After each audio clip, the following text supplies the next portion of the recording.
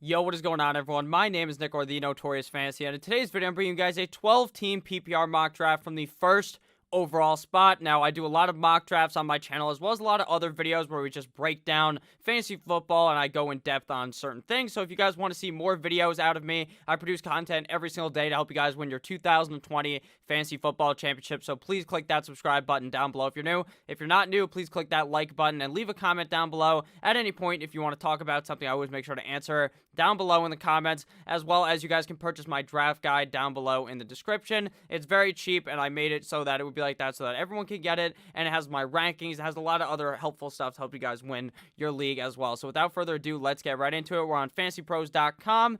It's a PPR mock draft, 12 teams. Pick numero 1. The roster positions are 1 quarterback, 2 running backs, 2 wideouts, a tight end, kicker, defense, 6 bench spots, and 1 flex. And we're drafting based on the composite ADP of ESPN Fantrax, RT Sports ADP, and Fantasy Football Calculator ADP to get a better idea of what's going to happen, because if you draft just against the experts, I don't feel like that's exactly how most people draft, since most people aren't experts, and the quarterbacks don't really go when you would assume they would actually go if this was a real draft with your friends. So right now, it's pretty obvious. We are the 101 pick, the first overall pick of the draft, and while there's some people that might say, oh, take Saquon Barkley, I'd rather take the safety in Christian McCaffrey. 1,000 receiving yards, 1,000 rushing yards are pretty much guaranteed for Christian McCaffrey. The guy's going to get a zillion dump-offs from Teddy Roosevelt, Teddy Bridgewater this year. I think there's just no reason not to just take the safety in Christian McCaffrey. Sure, I think Saquon Barkley's going to have a baller year, and I would not be surprised at all if he finished as the running back number 1 by the end of the season. But with that said, I just want to take the guy that I feel super-duper confident in, year out. I was confident in Christian McCaffrey last year, and I'm confident with him yet again in 2020. After we went with Christian McCaffrey, Saquon Barkley came off the board, followed by Ezekiel Elliott, Michael Thomas, which is a bit early for him, Alvin Kamara, Dalvin Cook, Derrick Henry, D-Hop, Devontae Adams, Miles Sanders, Joe Mixon, Josh Jacobs, Kenny Drake, Tyreek Hill, Austin Eckler, Julio Jones, Aaron Jones, Chris Godwin, Travis Kelce, Nick Chubb, Kittle, Lamar Jackson, and Pat Mahomes. So we see the big 2 tight ends come off the board in the second round, as well as the big 2 quarterbacks. Going to be very typical. Typically, you're going to see all 4 of those guys go within the second or third round of your draft. Now, it's kind of hard to determine when quarterbacks are going to go, because in some leagues, you're going to be in Lamar Jackson or Pat Mahomes might be the first pick of the draft, whereas in other leagues, the people are going to wait until like the 4th round, so you could really go either way. But personally, I'm going to go ahead and draft a quarterback later. That's just how I like to do it. At tight end, I would be perfectly fine drafting a guy like Kittle or Kelce in the 2nd or 3rd round. Well, I don't necessarily do it every time, because it's not my preferred strategy. My preferred strategy is to stack up running backs, go with either 2 or 3 in the first 3 rounds. I understand going 3 in a row might be a bit concerning, because you might think, oh, I can only start 2, but no, you got the flex. And especially on this spot, though, on the turn, I don't really like doing that strategy, since I feel like the running backs kind of go by the time it's your pick on the second go around, obviously here on the turn. So looking at guys still available at running back, CEH, Leonard Fournette, Todd Gurley, Chris Carson, Melvin Gordon, Le'Veon Bell. Wide receivers, Allen Robinson, Kenny Galladay, Mikey Evans, and DJ Moore. To me, this is kind of an easy selection. While I love some of these wide receivers, first I'd like to go and attack the running back, and CEH to me is an easy pick here. I'd more like to get him in the 3rd round, but this is the turn from the 2nd into the 3rd round. He is my RB2. I think just like McCaffrey, we're going to see him getting a lot of dump-offs out of the backfield. Now, I understand the running back coach of Kansas City came out and said, oh, Damian Williams is going to be good this year. It's going to be much better. I don't fucking believe it. They drafted Clyde Edwards-Helaire for a reason. I think he's going to have a good year, and out of all the running backs available, he is by far the safest to be drafting in the 2nd round. I really don't think they would have drafted him that high if they didn't expect him to get a whole lot of work, and I don't think Damian Williams is really going to hurt him at all. So now we're probably going to go ahead and attack the wide receiver position. So looking at wide receivers, Allen Robinson, Kenny Galladay, Mikey Evans, DJ Moore, Juju Smith-Schuster, Odell Beckham Jr. Another thought would be to go tight end, a guy like Mark Andrews, which is something I'm not opposed to, but I've done that. I did that, I think, last video for mock drafts. So if you guys want to see more mock drafts, there's obviously more on my channel, but I'm going to go with wide receiver here. And a lot of these guys are very close for me. DJ Moore, Kenny Galladay are very, very close to my ranking. Same goes with Mike Evans and Allen Robinson. But to me, I think I have the slight edge for Kenny Galladay. I just think there's a safer quarterback situation there, and we saw Kenny Galladay ball out with and without Matthew Stafford. So while I like DJ Moore, and I think he could still have a great season, even with Teddy Bridgewater, and I think he will have a great season, I just like Kenny Galladay slightly more. But for me, they're in the same tier on Fantasy Pros. They're in 2 different tiers. I think that both guys are definitely excellent options in the 3rd round, and DJ Moore's a guy that I've seen fall into the 4th round multiple times, so I'd be very ecstatic in the 4th round to get a guy like that to add to my team. So now we're going to go ahead. It's going to take, if you're in a real draft, you're probably going to sit there and shove your thumb straight up your ass because you have no idea what to do because you're going to be sitting there for another 20 minutes before it's your pick. That's kind of why I like to pick at the turn, actually, because then I can just focus on doing some other stuff, marking all the names off, whereas when you're in the middle, your head's constantly on a goddamn swivel trying to figure out what's going to happen. When on the edge, on the turn, you can actually dictate what happens in the draft. Right here, I could have hammered 3 running backs in a row, and then it's kind of fucked over here because now people are going to be really reaching for running backs. You really start the runs in this situation. So after with Kenny Golladay, Mike Evans came at the board, followed by T.G. Todd Gurley, who I don't really like in the 3rd round. To me, he's a 4th round kind of pick, even though I understand he's the Atlanta leading rusher. He's going to get a lot of opportunity. I don't think Dirk Cutter really uses the running back good enough, and obviously there's huge concerns with his knee and how healthy the guy really is. After Todd Gurley, we see Allen Robinson, DJ Moore, Juju Smith-Schuster, Leonard Fournette, Adam Thielen, OBJ, who I don't understand at all in the 3rd round. They're going to be a run-first system in Cleveland with Coach Kevin Stefanski. I really don't understand that. Mark Andrews is an excellent pick in the 3rd round. I really like Mark Andrews. I think he has a same year as last year where he just absolutely balled out, but I think could be even better. I wouldn't even be surprised if he was the number 1 tight end, especially since I think the Ravens are going to be more likely to throw the ball. After Andrews, we see David Johnson come off the board, who I like in the 3rd round. I'd prefer in the 4th round, but hey, it's a solid pick, but I'd prefer him to be my running back 3. If I drafted Tyreek there, I probably would have just drafted a safer pick in Le'Veon Bell, who I would have felt much more confident in than David Johnson, since David Johnson clearly has some injury concern for the Houston Texans. After that, it's Amari Cooper, who I don't like at all. I mean, he's going to finish inside the top 12, but he's one of those guys who he's got that icy hot like he's Shaq. One game, he balls the fuck out. The next game, he's terrible, but it doesn't matter because you'd think, oh, he's going to ball out against a bad team, do shit against a good team. No, he'll literally butt fuck a team that is literally the best defense in the league, and then he will get clamped down by some corner that should be playing out of college or like some JUCO team, but in reality he's in the NFL, and he just clamps down Amari Cooper. After that, we got my ball, Zach Ertz, who I think is going to have a down year. Sure, he'll be fine at tight end. I just wouldn't be surprised if this is the year where it really took a turn, considering Dallas Goedert, we're seeing a lot more looks last season compared to 2018. After that, we see Cooper Kupp, Calvin Ridley, 2 picks that I really like. Shortly after after Cooper Kupp, obviously, we're going to see Robert Woods. So after Calvin Ridley, Le'Veon Bell, Chris Carson, A.J. Brown, Robert Woods, Cortland Sutton, Keenan Allen, Tyler Lockett, Melvin Gordon. I'm really starting to like Tyler Lockett a lot more. After looking back at his stats, the guy is just an absolute safety net. The guy's going to be good yet again, probably a top 20 wide receiver very easily. I talked about him in a Risers video yesterday. Robert Woods is a guy who I really like as well, and Cortland Sutton's a guy who really fell for me due to the fact that I'm just worried about the fact that there might be too many cooks in the kitchen in Denver. They have Keenan Allen, Jerry Jeudy, KJ Hamler, Noah Fant, Albert O. There's just so many options there that I really worry that might be too many mouths to feed for Cortland Sutton to really have a great season like we saw down the stretch after Emmanuel Sanders left. Melvin Gordon, obviously, is a guy who I also don't like. While I think his value in the 4th round is perfectly fine, I'll take him in a couple of leagues. He's not a guy I'm necessarily targeting due to the fact that I think we're to see a split share more than a workhorse role out of Melvin Gordon, since I don't think Phillip Lindsay is really all that bad of a player. Now we are up right now. We got Christian McCaffrey, Clyde Edwards-Helaire, and Kenny G on the team. So right here, I'd honestly like to go ahead and hammer maybe a running back and a wide receiver or 2 running backs in a row. But first, we'll go ahead, actually, I guess, and pick the running back that we would like here. There is definitely some good quarterbacks still available, but I like to wait till later in the draft to go ahead and attack that position. So right now, at running back, James Conner, Jonathan Taylor, Mark Ingram, David Montgomery, Devin Singletary, all still available. I really like Jonathan Taylor and David Montgomery the most out of these 2 guys. Now, I actually had this same conversation in a mock draft a couple days ago. Who you guys prefer, Montgomery or Jonathan Taylor? I think I'm going to go with the upside in Jonathan Taylor because I am pretty confident in CEH. I think Jonathan Taylor, a couple weeks in the season, has the potential to be a top 12 running back for your fantasy football team. So I think him as my flex is pretty solid. But now we can either go ahead and attack a wide receiver that I really like or hammer and load up on that robust running back strategy like my name was the fantasy counselor. And I might just do that here and secure a guy. But there are so many running backs that I like in the next couple of rounds that I feel like if we miss out on one of these wide receivers, we're going to have a bad time. So right here, Terry McLaurin, DJ Chark are the guys I like the most.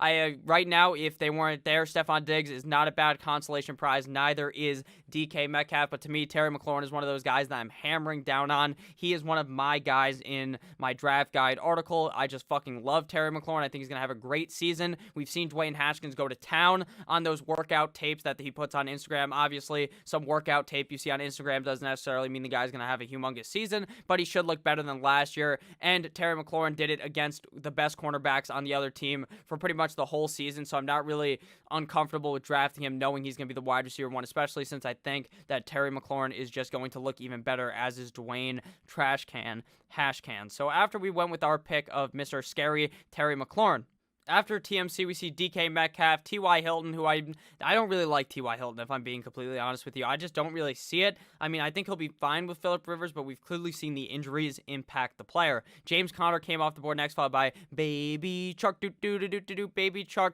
Devontae Parker, who I'm very off of, even as a Miami Dolphins fan. I don't think he's going to have all that great of a season. Stephon Diggs, Deshaun Watson, Darren Waller, A.J. Green, who's a god-awful pick. Hollywood Brown, Jarvis Landry, super safe pick. Tyler Boyd, Kyler Murray, Deebo Samuel, Dak Prescott, Michael Gallup, Russell Wilson, Mark Ingram, Evan Ingram, double Ingram, one bad, one perfectly fine. Devin Singletary, Raheem Mostert, and then Julian Edelman. I'm really off of Evan Ingram. I really think that injury concern really scares me. I don't want to draft a guy in the first 6 rounds that I think it might only play 8 to 10 games, so I'm going to go ahead and fade him for sure there. So now we are back up on the clock. Julian Edelman going in the 6th round, kind of rising up the draft boards, but it makes complete sense considering the guy has been so safe the last zillion years he's been playing football. So now it's our pick up here. First, we're going to go ahead and get our wide receiver. And actually, we're going to get our running back first, David Montgomery. I wanted to pick him in the last round, but he still fell to us here. If we were not able to get him, Kareem Hunt would have easily been the pick as well, or a guy like James White, even in the 6th round. I mean, it is kind of early, but I really see a lot of value out of him. I think he's going to be a dump-off monster this year, getting the dump-offs from Cam Newton. So a wide receiver, typically I go with the safer type of pick in Marvin Jones. But in this video, we're going to go with the big dick strategy and draft a guy that he might bust, but he might be busting right on your opponent's face. So we're going to go ahead and go with either Will Fuller or Brandon Cooks, both of the Houston Texans, both high upside pick, both high risk of injury. If Brandon Cooks gets hurt again, the guy's probably out of the NFL. If Will Fuller gets hurt again, he'll probably be tying his shoes and he'll fucking break his leg or something, because that's just what happens to Will Fuller. But that's fine with me, because we're going to go ahead and take Brandon Cooks here. I feel like he's not as much of a boom bust kind of guy and could definitely be very, very safe. He was a guy I looked at last year on the Rams as a super good pick. He's been on the Saints, the Patriots, and he's always been a good player. So I think there is some doubt, obviously, about his health, but he should be able to be fine all this year. And I actually have moved up a lot higher on Cooks. Normally, I would go Jones there, though, but I want to talk about different players. Obviously, don't want to be taking the same guys in every video, because as you guys know, you got to diversify the revenue. As Nick Ercolano says, you got to go ahead and pick different guys in different leagues, because just because you really like some guy, you shouldn't draft him in all 5 of your leagues, because if that guy fucking sucks, he's going to tank all of your teams instead of just tanking one. So now we are back up on the clock after we went with David Montgomery and Brandon Cooks through the first 8 rounds of the draft. We have Christian McCaffrey, Clyde Edwards-Helaire, Kenny Golladay, Terry McLaurin, Jonathan Taylor, David Montgomery, and Brandon Cooks. If you guys have enjoyed thus far, please make sure to click that subscribe button down below. After we went with Cooks, his teammate Will Fuller came off the board, followed by Marvin Jones, DeAndre Swift, Tom Brady over Josh Allen, which is pretty surprising since I think Josh Allen just has more upside. Tom Brady clearly the more safe pick there, though, even though I think Josh Allen easily finishes over Tom Brady. Deontay Johnson, Sterling Shepard, Kareem Hunt, Matty Ice Ryan, Darius Slayton, Drew Brees, Cam Akers, CeeDee Lamb, J.K. Dobbins, James White, Henry Ruggs, Christian Kirk, Tariq Cohen, Ronald Jones, Darius Geis, Jameson Crowder, and Emmanuel Sanders. Emmanuel Sanders is going to be a sheep pick, going to be someone that a lot of people take, thinking, oh, the wide receiver 2 on the Saints will be good. He'll probably just be okay, but he won't be anything super hot, like a lot of these guys in the back of the draft are that you could take that have a lot more high upside than him. Darius Geis is a guy I'm just going to stay clean away from. I don't believe in drafting a guy that I think might just play 5 games. Ronald Jones is a guy I'm pretty high on. I really think could have a great season, strictly off of the fact that the offense is going to be moving so fast. He might just be able to snipe his way straight through the end zone and barrel through there. So right now, I am this pick is where it gets a bit hard, because there's a couple of guys that I really like at the running back position. Phillip Lindsay is a guy who I really like, but I could see him having a worse kind of season, because while I don't think that Melvin Gordon is going to be the workhorse kind of back, without training camp, there's a 100% 50% chance that that just might be their plan, and it might be just what happens. So I'm going to go with the guy who's safer to me, and that's Jordan Howard. I really think we could see Jordan Howard get a whole shitload of carries this year. He's been an 1,000-yard rusher multiple times in the NFL. While his hands are bricks, they're made of butter because he couldn't catch the ball if you fucking paid him to. Because he literally, when he was on the Bears, there was an article that came out, oh, Jordan Howard is standing in front of the jugs machine catching 100 passes a day. Turns out the jugs machine didn't fucking do anything because his hands are still as slippery as they get. So right now, we'll either go with running back. We only have 3 wide receivers. We have 1, 2, 3, 4, 5 running backs. So we could go running back. We could go ahead and go wide receiver. And I think the move here would be to go get another running back who I think has higher type of upside. And since we did go with Jordan Howard, I will take a more of a risk in Phillip Lindsay. Even though I think Phillip Lindsay will be fine, I think going 2 running backs here really solidifies the fact that we have a guaranteed guy in Jordan Howard and more of a risk in Phillip Lindsay.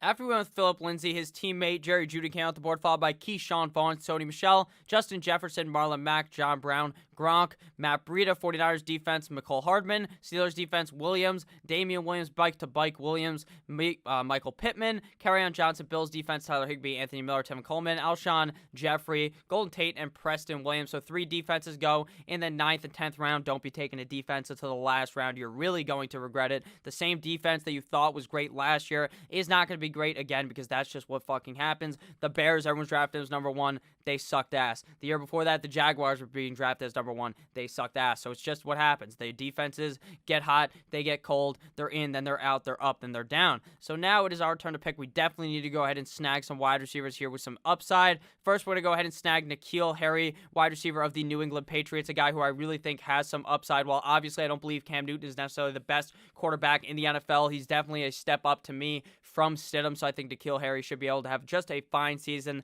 Obviously, last year, he was a guy that was looked at as a guy that could really break out as a rookie, but it turned out that the only thing breaking was his fucking leg or whatever because the guy ended up getting hurt, and then he comes back, and then Tom Brady's like, no, Dikembe, no, I'm not throwing you the fucking ball because we don't have the chemistry, because that's just what he does. So now we are going to go ahead and snag another high upside wide receiver, or we're going to have to go ahead and get a tight end here. We are in the 11th round, so my favorite tight end here is Hayden Hurst. If Hayden Hurst was not available, we got to make sure we get him. Then I probably would have went with a guy like Jonnu Smith, Dallas Goedert, or Jack Doyle, all guys that I like. Hayden Hurst is on the Atlanta Falcons. He gets traded from the Baltimore Ravens, and this Atlanta system is meant for the tight end. Austin Hooper last year played 13 games, almost eclipsed 100 targets in 13 games. If Hayden Hurst could play all 16, I wouldn't be surprised if the guy got near 100 receptions. This offense is going to be very, very pass-heavy, the most pass-heavy offense in the NFL last year with Dirk Cutter. I don't see a reason why it changes under Dirk Cutter this year, and I think we see Matt Ryan have an even better season because there is the Matty Ice theory, trademarked by yours truly, Notorious Fantasy. It's he has a good season, then a great season. Good, great, good, great. Last year he had the good. This year it is going to be great. I really believe in Hayden Hurst. I think he's a super talented tight end that a lot of people are sleeping on because they probably have no idea that Hayden Hurst is even any good because he was the backup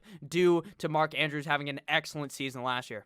Now we are going to wait for our next pick. We still don't have a defense. We still don't have a kicker. We still don't have a quarterback, but that's fine. We'll probably draft another wide receiver and then go ahead and draft the quarterback position. There's a lot of guys late in the draft at quarterback that I really like. I don't draft 2 quarterbacks or 2 not defenses. You never draft 2 kickers, never draft 2 defenses. If you're in a 12-team league, I typically only draft 1 quarterback and 1 tight end. While if you want to take a risk and not get a guy like Hayden Hurst, who I believe has top 5 potential, and you're going to go ahead and get Gesicki and you're going to get Smith, go ahead and put 2 together. I don't hate that, but I do only like getting 1 quarterback in my draft. So we're going to go ahead and do something a bit different here. Typically, this would be the Danny Dimes pick, maybe a Big Ben pick. But here, I'm going to go ahead and go with Matty Snapback. We have Kenny Galladay. We're going to have the 1-2 connection to the 1-2 Mayweather of Matthew Stafford and Kenny Galladay. Obviously, there's injury concerns with Matt Stafford. I'm not going to go ahead and lie to you and say, oh, his back is perfectly fine, because I'm not a fucking doctor. I don't know. He played 8 games last year, 16 the season before, and he got hurt at the end of 2018 and played through a back injury last year. He just said, fuck it, I'm out. I'm not going to just play with a hurt back and break my back even more. So if he can stay healthy, I think Kenny Galladay and him are going to be an amazing stack.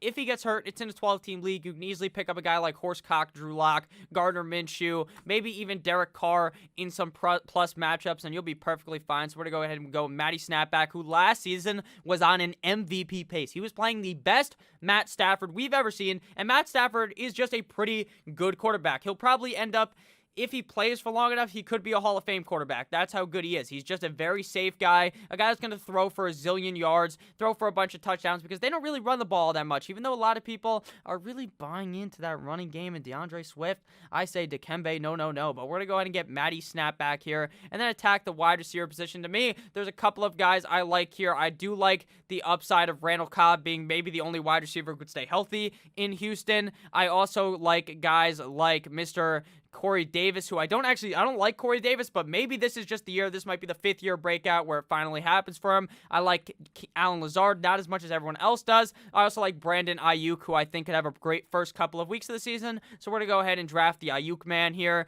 Out of college, obviously, was a pretty talented player, and he looks to be that #1 role in San Francisco. As long as Debo's out week 1, him and Debo kind of play a similar version of football. They play a similar game. So I don't see a reason why Mr. Jimmy Guap wouldn't throw the ball his way. After we drafted Brandon Ayuk and Matthew Stafford, is now getting time to draft that kicker and that defense. But I will name off all the other players if there's anyone notable that I want to talk about. Justin Jefferson, Indianapolis Colts, Adrian Peterson, Antonio Gibson, both Washington running backs going back-to-back. Michael Jordan, 96, 97. Woo! Phillip Rivers, Chase Edmonds, Devontae Freeman, who's not even on a team, Austin Hooper, Carlos Hyde, Anthony McFarland, Jamal Williams, Danny Dimes, Tampa Bay defense, Baker the Faker Mayfield, Justin Rawheiser, who I don't even know why he's being drafted that high, because maybe just because he's the New England kicker, maybe because they don't believe they're going to be scoring that many points. That could be why. TJ Hawkingod, Darrington Evans, Harrison Bucker the fucker, who's clearly way better than Rawheiser and Justin Tucker as well. Dallas Goedert, Mike Gesicki, Rashad Penny, who seems like he's going to start the season on the PUP, physically unable to participate, so I don't know if I really want to go ahead and draft him. I'd rather draft Carlos Hyde if you're looking for a backup there. So now we got to draft our kicker and our defense. First, we're going to go ahead and snag our kicker, Mr. Willie Lutz. The guy's good year in and year out. You know the New Orleans team is going to be good, but when they need to kick a field goal from 40 yards away, 50 yards away, Will Lutz is fucking automatic. And then we're going to have to go ahead and snag a defense. To me, there is one defense that stands above them all, and that is the LA Superchargers. Week 1, they play up against Joe Burrow and the Cincinnati Bengals, so a very easy Week 1 matchup, especially since it seems like the preseason right now, it's only 2 games. Maybe it gets cut down to 0, so that would be even worse for Joe Burrow's chances to do anything against the Chargers defense. That is a good defense anyways, but just has that plus matchup. And then you know what you do Week 2? You just cut them once they play the Chiefs. You find a new defense, and I'm going to make videos about it, so make sure to subscribe. There's going to be videos about defenses every single week so you guys can win your fantasy football fucking championship. So now we are going to have to draft. We're not drafting anymore. There's a bunch of defenses, a bunch of kickers. Shout out to my man Young Ho Koo going into 15-11 because my old bitch is lame, but my Young Ho is cool. So drafting at the #1 spot, we actually had a pretty solid team. Obviously, we took Christian McCaffrey with our first overall pick. That's an automatic pick for me to recap our team. So I think we ended up with a pretty solid team, even though I prefer when I want to be a swing pick. I don't like being #1. I prefer to be towards the back of the draft, last 3 picks, 10, 11, or 12 for me. Snag 2 elite running backs back-to-back. So we went with Christian McCaffrey, then Clyde. I'll just recap the team from top down. Matthew Snapback is our starting quarterback. Obviously, some super high upside there from a guy who really tore it up last season before his back got torn up. CMC, Clyde Edwards-Helaire, who could be really good this season. I think will be really good this season. Kenny Golladay, Terry McLaurin to start our wide receiver core. Our tight end is Hayden Hurst. Our flex is Jonathan Taylor, who could easily be replaced for maybe Dave Montgomery or Brandon Cooks Week 1. Maybe even Brandon Ayuk if you're feeling a bit dangerous or you want to be a bit safe with a guy like Montgomery or Cooks. And our defense and kicker are the LA Chargers and Will Lutz. Our bench is comprised of Dave Montgomery, Brandon Cooks, Jordan Howard, Phillip Lindsay, N'Keal Harry, and Brandon Ayuk. So if you guys did end up enjoying at any point in this video, please make sure to click that subscribe button down below. I love each and every single one of you motherfuckers. I'll see you guys with yet another banger of a video tomorrow. Peace out.